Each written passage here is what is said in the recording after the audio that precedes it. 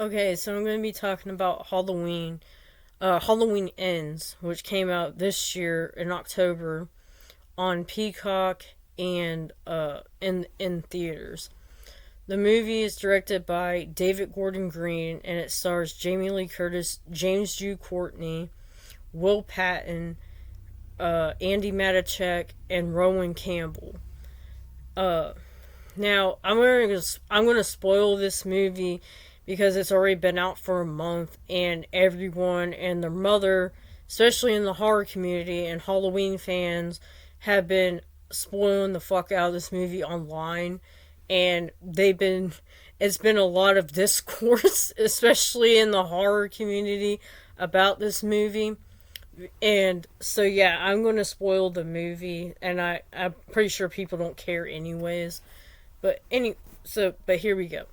So this movie takes place 4 years after the events of Halloween and Halloween Kills, because Halloween and Halloween Kills take place on the same night. Halloween 2018. So this is 4 years later. And in this movie, it follows a young man named Corey Cunningham who accidentally kills a young boy he was babysitting. And after this, in which that happened in Halloween of 2019, so I guess that this would be 3 years after for him after what happened to him. So so Corey becomes a pariah in Haddonfield. He's bullied by a group of teenagers. He's basically harassed by the whole town. They say, you're an evil person for killing that kid, and you're a child predator, this and that. Saying stuff that's not true and harassing him, blah blah blah. So one day, Corey is attacked by these group of teenagers. They throw him over a bridge, and he gets pulled into a tunnel. And Michael's been living in this tunnel for 4 years, and this is Michael.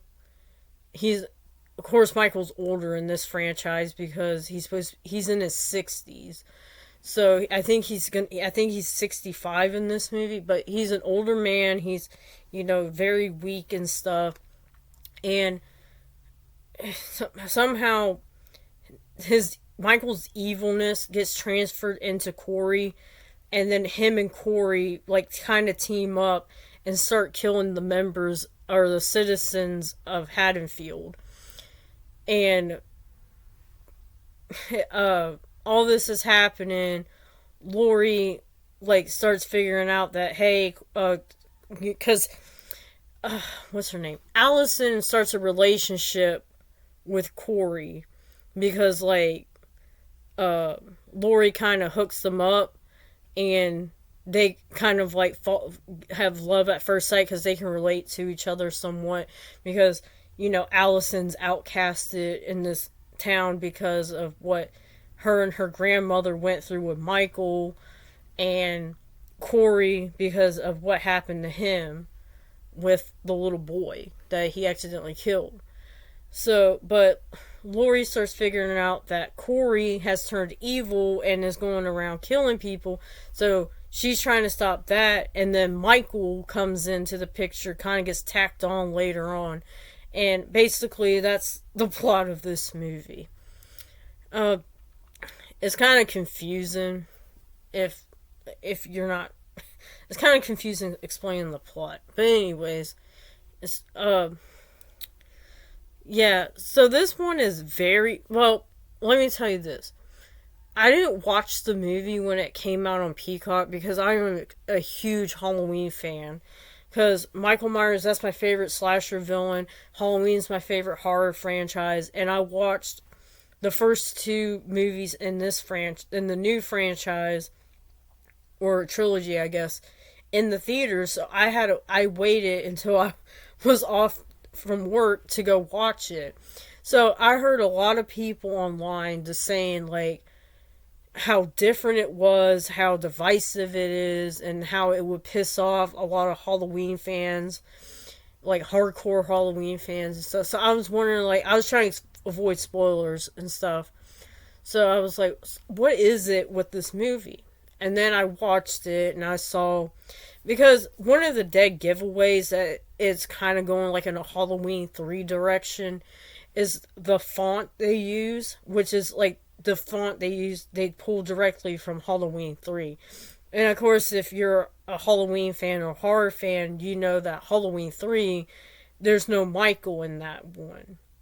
It's, a plot about an evil an evil man that uses Halloween masks to kill children on Halloween night and like release this uh Celtic or Gaelic spirit or something. I haven't seen Halloween 3 in a while, so I probably got that wrong. But anyways, there's something about Stonehenge in it and all that. But it's not, I don't watch it as much because I'm more into like the Michael Myers storyline. But anyways, so that they pull that the fonts from Halloween 3, and then you get also tell that they were going a different direction because they were focusing a lot on this Corey Cunningham character. And I could kind of tell, it's like, oh, they're probably going to go like the Halloween 4 route or the ending of Halloween 4, where they tease that Jamie Lloyd, not Jamie Lee Curtis, Jamie Lloyd, for Halloween 4 was going to become the new Michael Myers. But of course, they never did that in that franchise, in the original franchise. It was still Michael. So I was like, oh, I was thinking like, oh, so he's probably going to become the new Michael, or like they're going to team up. But it didn't offend me that much. I just thought it was a weird choice that they went with this story in the third movie, when they could have built this character up in the first two movies, or at least the second movie. And I thought it would have been better if they had the character like in the second movie when the accident happens, and have some storyline about him going through that. And then in this movie, Michael's missing, been missing for 4 years, and then a string of killings are happening. And people think it's Michael, but it's actually Corey that's doing the killings. That would have been a little bit more interesting instead of just like putting this whole new premise and whole new character into the last installment of a new trilogy. And because I understand why a lot of Halloween fans are mad, or like horror fans, well, mainly just Halloween fans, because in the trailers and stuff, they were hyping it up, saying, oh, this is going to be the big fight between Michael and Laurie. And that's what I was excited for. I thought it was going to be a Michael and Laurie movie. And we just got this new random character that we had to follow. And you're just like, where's Michael at? Why is he not in this?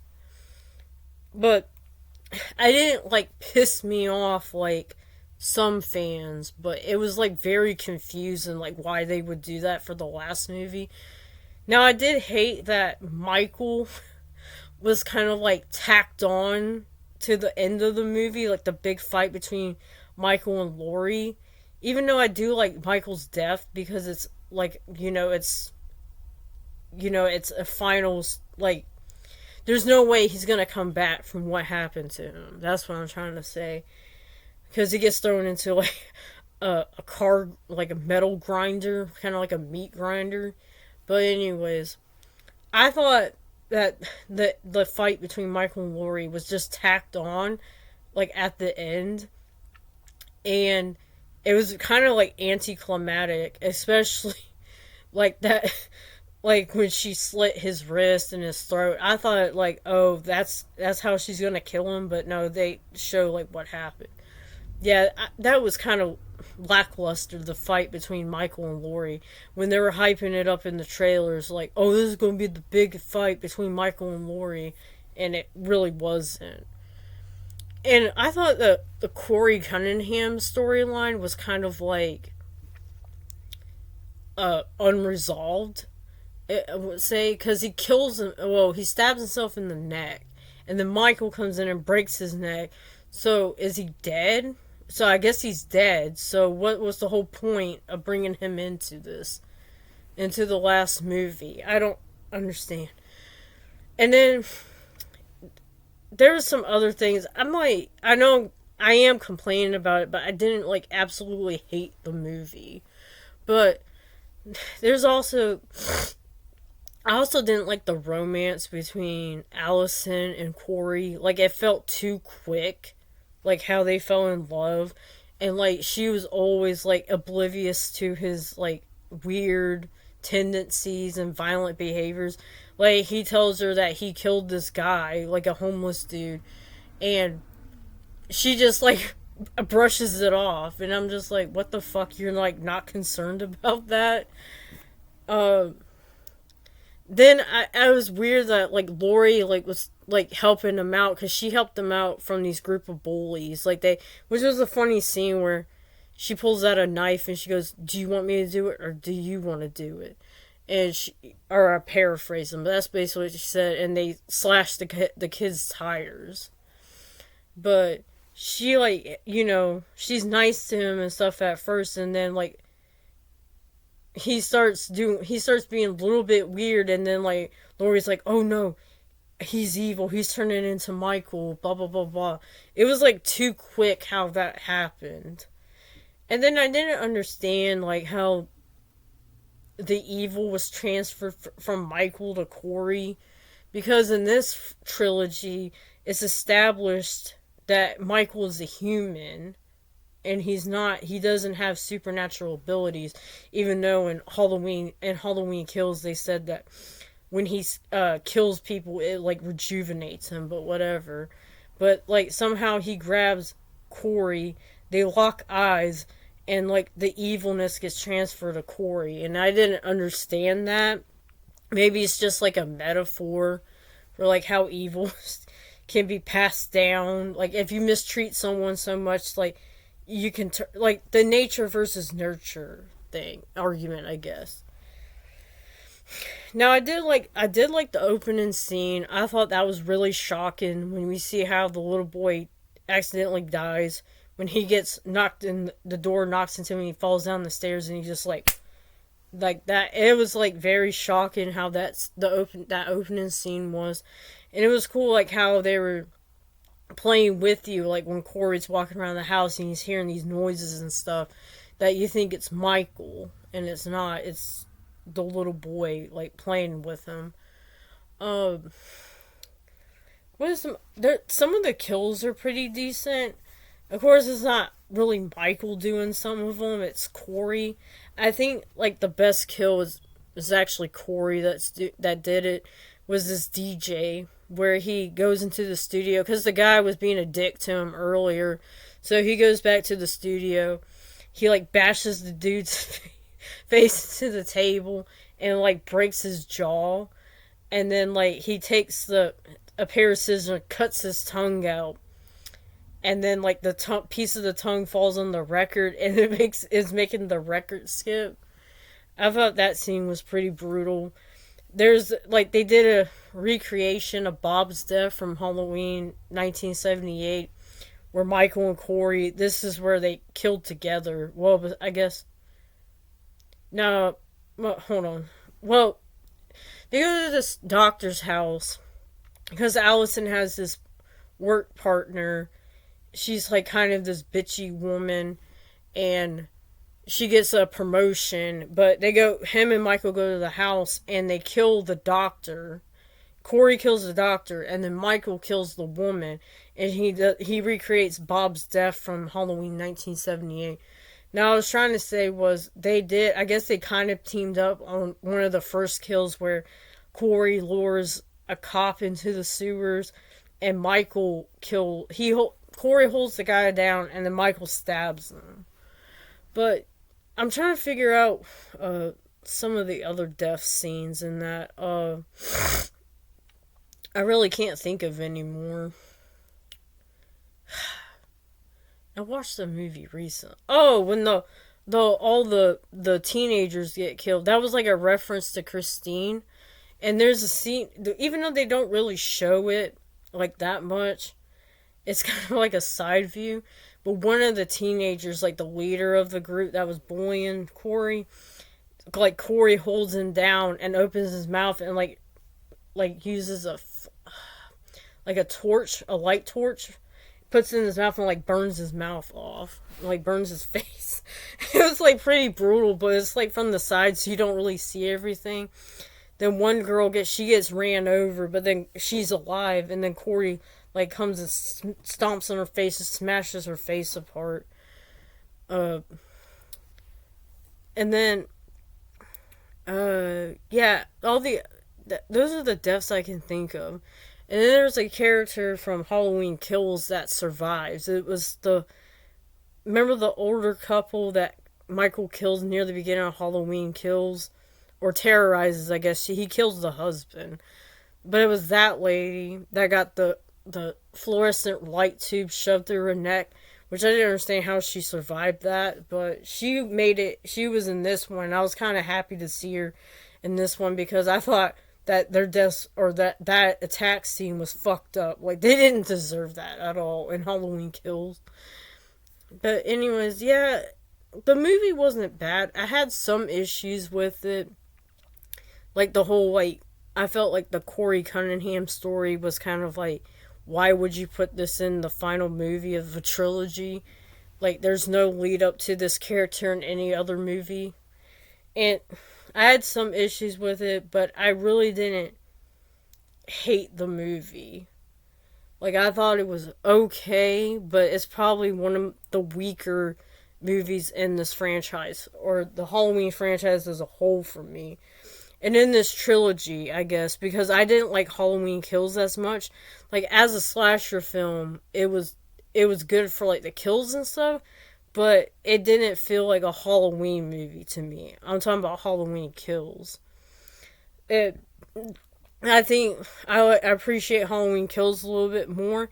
This one's like at the bottom for me. I think if I had to rank this trilogy, it would be Halloween 2018, Halloween Kills, and then Halloween Ends.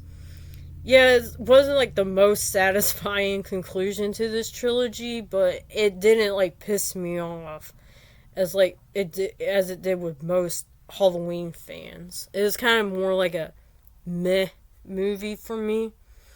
But anyways, that's my review.